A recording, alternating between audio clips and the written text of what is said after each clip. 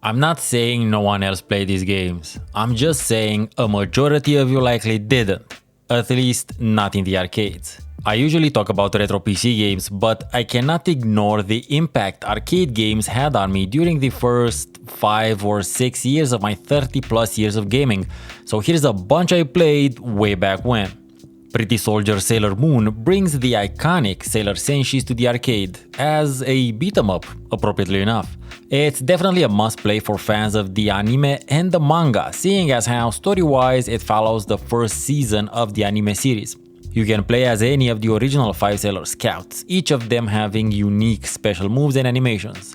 Of extra note about this game is the manga's creator supervised the production of the game, and the original anime voice actors reprised their roles. Mirakuru Romansu indeed.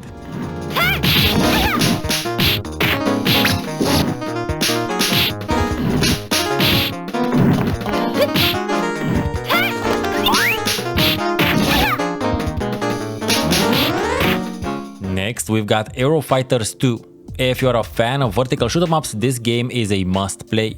Released in 1994, this SNK gem features a diverse array of aircraft to choose from, fast-paced gameplay, and, wait for it, a talking dolphin as a pilot, as well as a baby. A British baby, if that makes any sort of difference. And by the way, what was it with including babies as playable characters in the early 90s Japan? Because there is a baby piloting a mech in Captain Commander as well, and that character's name is Babyhead.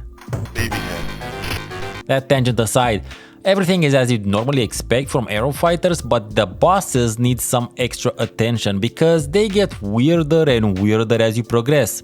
And the final stage, well, its first boss is a clapping monkey on a giant robot shooting at you and deploying other, smaller monkeys. I have no words.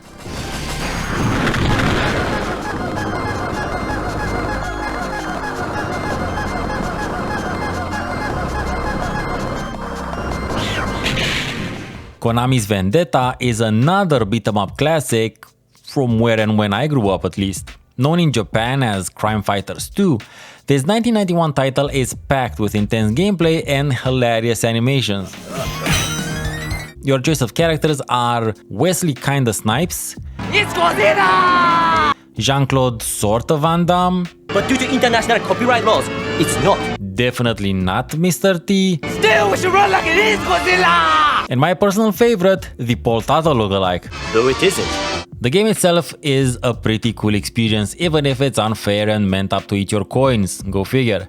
Even the trash mobs will give you a run for your money. The super large sprites and diverse animations are a highlight of the game, but the funniest one has to be when you hit enemies with a club and they get splattered on the wall cartoon style.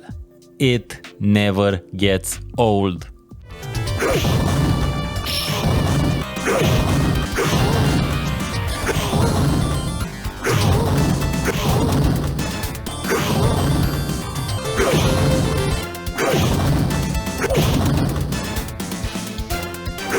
While Street Fighter II dominated the fighting game scene for most of the Western world, an entry from the World Hero series was what was oftentimes present in the arcades I visited alongside Mortal Kombat and Samurai Showdown 1 and later 2. Released by ADK, the World Hero series pits stereotypical and semi-fictional characters representing several countries against each other. Well-known countries such as the Seven Seas, being represented by Captain Kidd, whose special attack summons a ghost ship. I gotta be honest, that's kinda metal. There is a German representative wearing a non-specific military uniform who is part robot and fires torpedoes and rockets and stuff, and also Rasputin, who has magically enlarged feet. Yeah, the whole series is a trip.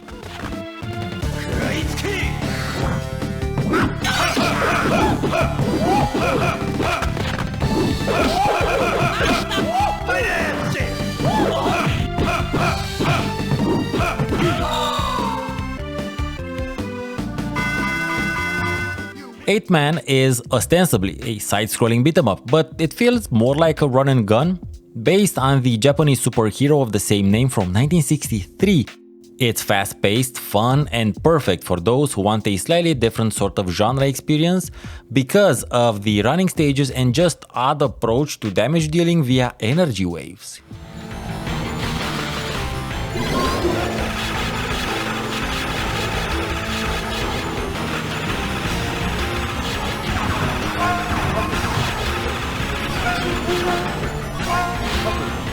The first, Art of Fighting, I remember surprising me by only giving you the option between two dudes. And that made it super weird and kinda interesting. Adding to it the super large sprites and apparent complexity of the fights, and this series was one that I continued seeing in the arcades up till the third entry, though I think the second one was maybe the most popular, but for whatever reason the punch button didn't seem to work for the second one, so this is footage from the third.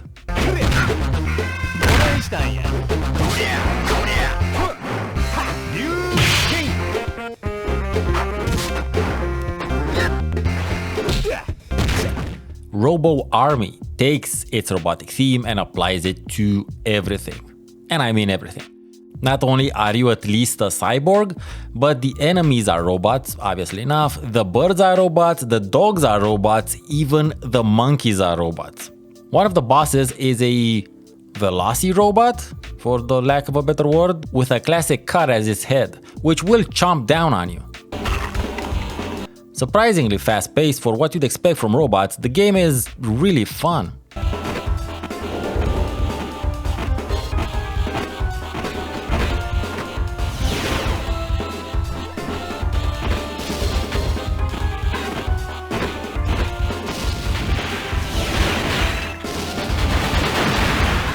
If you're digging this video and want to dive deeper into the world of retro PC gaming, which is what I normally do, hit that subscribe button and the bell to get notified whenever I post a new video. Let's keep the flame of retro PC gaming alive together. I may be cheating with this one, or not, I can't tell for sure, but I don't see Konami's Aliens mentioned very often. A side-scrolling shooter that captures the intensity of the 1986 film, this 1990 game features movie-specific pulse rifles, xenomorphs, and special stages where you use the motion scanner. I think it's a must-play for fans of the movie franchise at the very least, seeing as how the game references different scenes from the film, like with the elevator stage and using the forklift mech. That said, the developers needed to take some liberties with the enemy and boss designs, thus giving us flying xenomorphs, this giant scrotum thing, and lightning twin xenomorphs.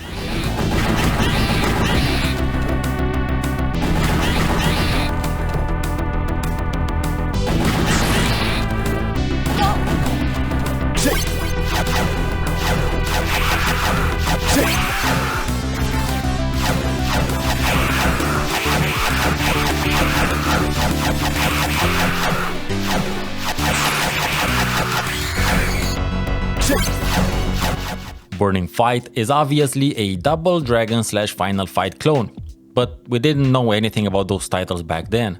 As opposed to other beat-em-ups that we had seen though, this one stood out through the large number of destructible things on the map that would boost your score and replenish your life, as well as the optional mini-stages you could go into and get a bit of a score and health boost. It's also notable for having the preamble to the first boss being you destroying one of those Daihatsu flip-the-flap-over hijet trucks. Or hijet trucks, I don't know.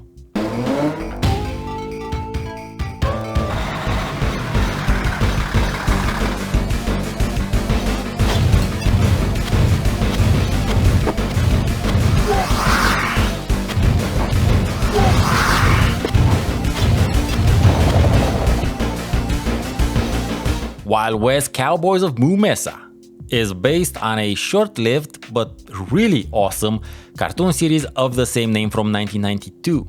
The game is ideally a 4-player cluster flap, and it's a run and gun featuring all manner of anthropomorphic characters and cowboy trope concepts from the show. The best part is you don't really need to have watched the show to enjoy the game, but it won't hurt to do so after you play the game.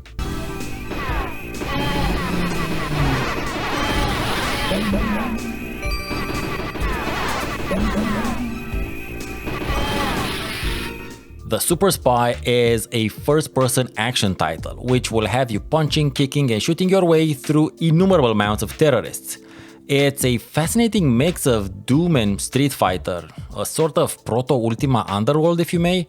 It's definitely a super interesting offshoot of the first-person dungeon crawler if you'll allow me the crossover. I should also mention this is maybe one of the few games where you catch the bad guys on their smoke break, and it should further be noted the game came out in 1990.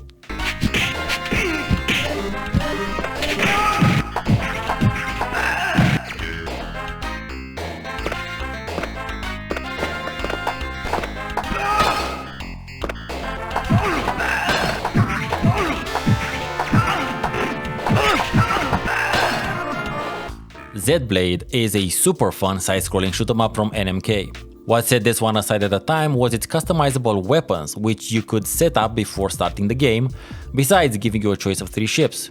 This game is a feast for the eyes and a test of your reflexes, coupled with some pretty dope techno songs, not to mention a title I rarely see mentioned.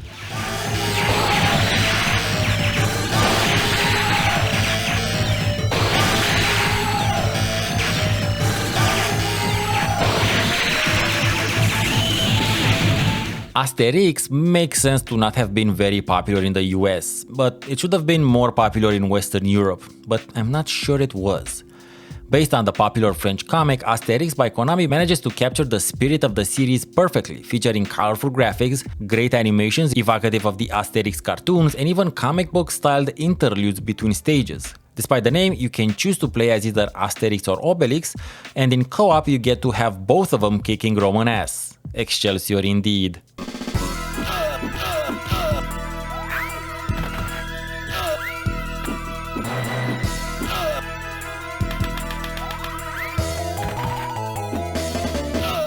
The first Sengoku is possibly the trippiest hack-and-slash brawler this side of a fever dream, not only allowing your character to change into other characters with different abilities, but also shifting through what seemed to me at the time to be other planes of existence, and having to kick ass everywhere. I assumed these were planes of existence because there was nothing to let you know what they are and there were clouds everywhere.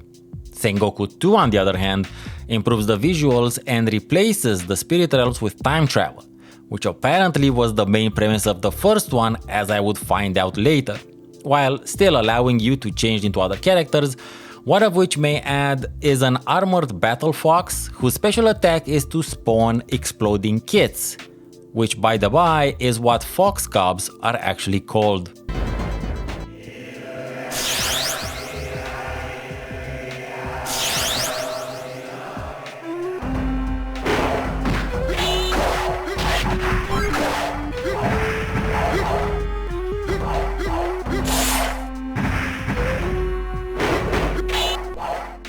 If you like this video, you may also enjoy the one on screen right now. I've been Steven Nonsens, thank you for watching and have a great rest of the day.